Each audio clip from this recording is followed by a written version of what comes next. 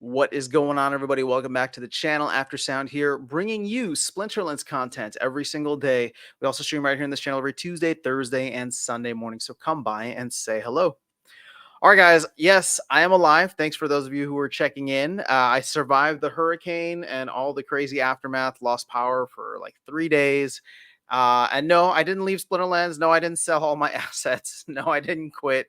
I just wasn't able to make content the last couple days. Had a lot of other crazy things going on, but there was a casualty. Sadly, I don't know what happened to the main laptop that I use to record these videos, and so I've had to set up with a crappy microphone, the one that I use for travel actually, and this I don't even know. I don't even know how to work this webcam properly. It's like super zoomed in, so I don't know how long I'm gonna have this set up.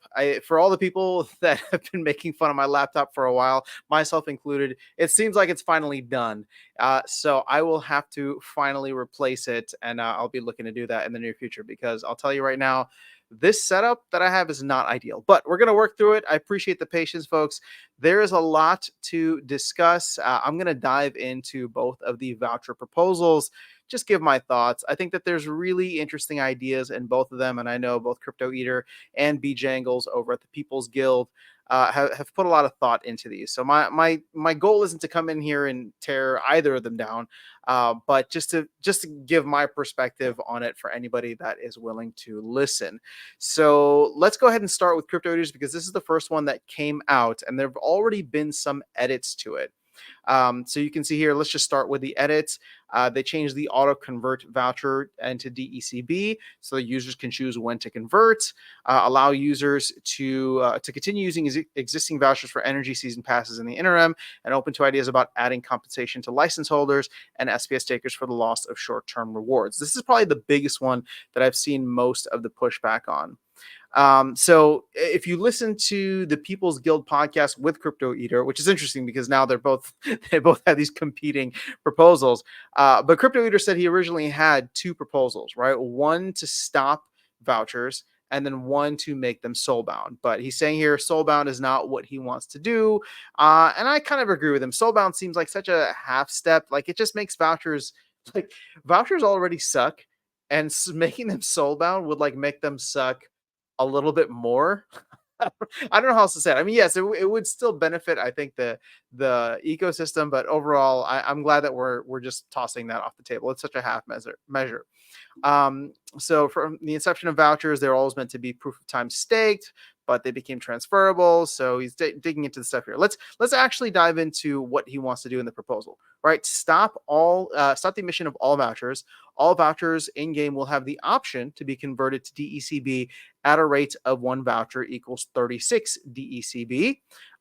Keep in mind that's a compromise between the 50 for energy, I think, and then well, I guess it's cheaper than that because I was going to say it's 200 for the rebellion packs, which is strange, but that's fine. So note this will generate roughly 400 million DECB using the data from Splinter cards.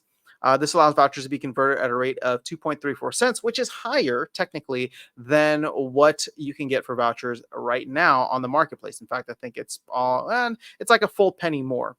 Remove the pack discount for rebellion packs, and just reprice them at 4,000. Remove the SPS incentive for vouchers LP. That would reduce inflation. So yes, we would get the pros. We get less inflation. Bots will no longer have access to much cheap energy. Move all voucher utility to DEC. We'd shift by shifting the utility to DEC. This would gradually move DEC to PEG. Again, that's more long term. Makes pricing and development much simpler for future sales. Significantly improves new player experience. This is a big one, which I think the reason that Matt is behind this one. And if you listened, there was a down haul where Matt was on for about 15 minutes, like the first 15 minutes of it.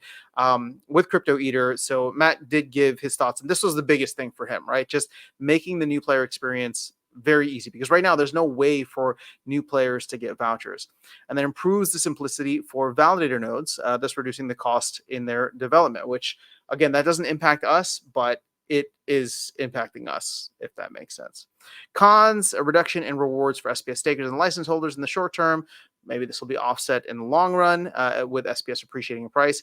And an influx of DECB will negatively impact DEC prices in the short term because we are going to print 400 million potentially. Yeah, but Matt has confirmed that the team wants to do a series of card sales in the future that will require burning DEC or DECB. So this should help to reduce that. And then personal thoughts about vouchers. I believe vouchers are a sunk cost at this point. The sooner we remove them, the better. It was an experiment that ultimately failed, so let's just accept it and move on. All right, so there's a lot of other remarks here. He put a full FAQ section. So again, shout out to Crypto Eater. I mean, he's given this a lot of thought, just trying to do what he think is right. Here's where I struggle with this. Actually, here's where I agree. Fundamentally, he's right. Right, the way that vouchers have evolved, right? Not how they were originally meant to be, but the way that they've evolved is really just eating into all kinds of DEC utility when it shouldn't have. Vouchers should have had their own store, they should have had their own sync, they should have had whatever, but they didn't. Right? That there should have been specific voucher utility. I even made a video about that. But Crypto Eaters made a point even more recently where it's just like, even if we were to add voucher utility now, that's still taking away from DEC utility, right? I made the point where it's just like, make 4 promo cards throughout the year and have them eat up all 14 million vouchers, right? Just the way that the BCX are printed, it should eat up all the vouchers. It's the only thing you can spend your vouchers on. Well, 14.6 million vouchers would still be, equivalent to a lot of DEC that could get burned. So I get where he's coming from. It would just help streamline everything. And again, I'm not against the proposal, but as somebody who stakes SPS, somebody who has node licenses, I am curious to see what compensation would be added for those who bought, right? But those who bought either, with the expectation that these would be ongoing, whether it was SPS or license holders. And I'm wondering if we can reduce inflation, right? So if we're going to reduce the inflation on the LP, can that be diverted to SPS stakers and node license holders? And I don't know what the proportion is, but it's just like we wouldn't get the reduction. We would still get the same amount of emissions of SPS, but at least there would be something there to kind of cover things, at least in the short term, while the SPS distribution phase is still ongoing. All right, so that's the first one. Let's go over to the alternative voucher proposal to Bjangles. Shout out to Bjangles and the People's Guild podcast. So transition from DEC utility to exclusive voucher items in the Glint shop. Now, I actually haven't even read through this fully yet, but my guess is that it's probably going to be something similar to what we had been discussing earlier, and maybe even the video that I had. And again, I'm not saying that this is not a stolen idea. This has been going around for a while. We've always wanted to have a voucher shop, so I'm glad that People's Guild podcast, that Bjangles, is putting this into kind of existence and reality for all of us to vote on. Okay, so let's dive in here to strike a balance between those advocating for the discontinuation of vouchers as a replacement for DEC and those who believe vouchers should offer exclusive benefits to stakers and node holders. The following streamlined proposal is introduced. So summary solution removes the team's obligation to offer special value in every sale. So limiting DEC discounts, which is great. It should never become a discount token. It should have always been an access token. It is the simplest to implement and offers the team numerous opportunities to foster loyalty. So the primary change, if approved, this proposal will end all current uses of vouchers, including as DEC replacements and for pack or pre-sales. Simply put, vouchers will no longer be accepted as payment for anything other than items explicitly marked as voucher only in the Glint shop. It's a new implementation. The team will be authorized to add at least one item in the Glint shop that is exclusively purchasable with vouchers. This item could be a card, land, skins will remain available until replaced by a new item. Multiple items may be added. So again, it's just giving the team a lot of flexibility. The rationale, this proposal aims to minimize costs while preserving the special benefits for SPS stakers and node holders. It will eliminate the use of vouchers as DEC replacements. There will be no need to soulbound vouchers. Okay, by adopting this approach, the team maintains its commitment to stakers and node holders, especially after the SPS distribution ends. Practical example implementation. Given the current shortage of development resources, the goal is to utilize existing assets for minimal effort. All right, so use existing cards from the upcoming Rebellion reward set, distribute it through the Glint shop. So maybe just set a couple aside. This provides a year's worth of items, right? 4 cards, one released every month from the Rebellion reward set. Each rarity will have the following voucher costs. Again, this is just an example, right? So a common will be 10 vouchers. Rare will be 40 vouchers. So again, this will be something interesting that people will be able to get, use it, use them as cards, or sorry, use them for cards potentially. Um, so I like this. This is very much in line with what I was thinking, but it will require dev resources. And again, maybe all of this, all this stuff will eventually require dev resources. So there's no perfect solution here, but I do like this one for the player in me. Okay, so let me break this down. I like it for the player aspect, right? Because as somebody who gets vouchers and who doesn't normally shop for, the promo cards or things that come out, it would be nice to have a benefit of holding nodes or whatever where I get relatively easy access to these cards, right? Or I mean, not relatively easy access, but it's like, well, I can't, I have to do something with my vouchers. I can sell them, right? I can continue to sell them, or I could go and get whatever cool items are available, right? So I guess the ice cream money part of me would like for this to continue because then I could just keep selling the vouchers. Um, but at the end of the day, if we're looking at this from an ecosystem standpoint and low resource standpoint, I do think crypto eaters is the better route to go just to get DEC back to peg. Now, I'm not saying that I haven't actually even decided which one I'm going to vote for. Right, I right now I'm voting for both of them in the pre-proposal stage. We'll see what makes it, what doesn't make it. But in my mind, it's like stuff for me versus stuff for the ecosystem, right? And there's a lot of other emotional baggage that's tied into each of these proposals.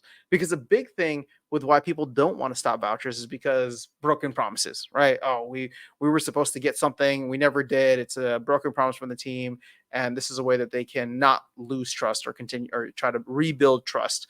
And I get that argument. They're not wrong, right?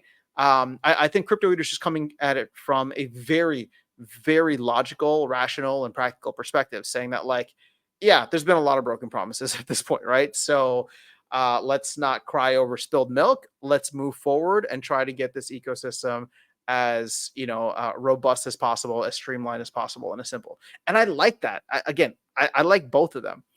On the flip side, for people that do want to have vouchers actually mean something, and have it be where the team didn't just give up on something, and this is like this is where because the way that I said that, it sounds like the team. Well, obviously the team did drop the ball, right? So we're not going to dance around the topic there. They've already talked about that, but in reality, this never even should have been on the team, right? The voucher token is technically distributed by the DAO, and while the DAO didn't make initial decisions on the print rate, right, that was on the team.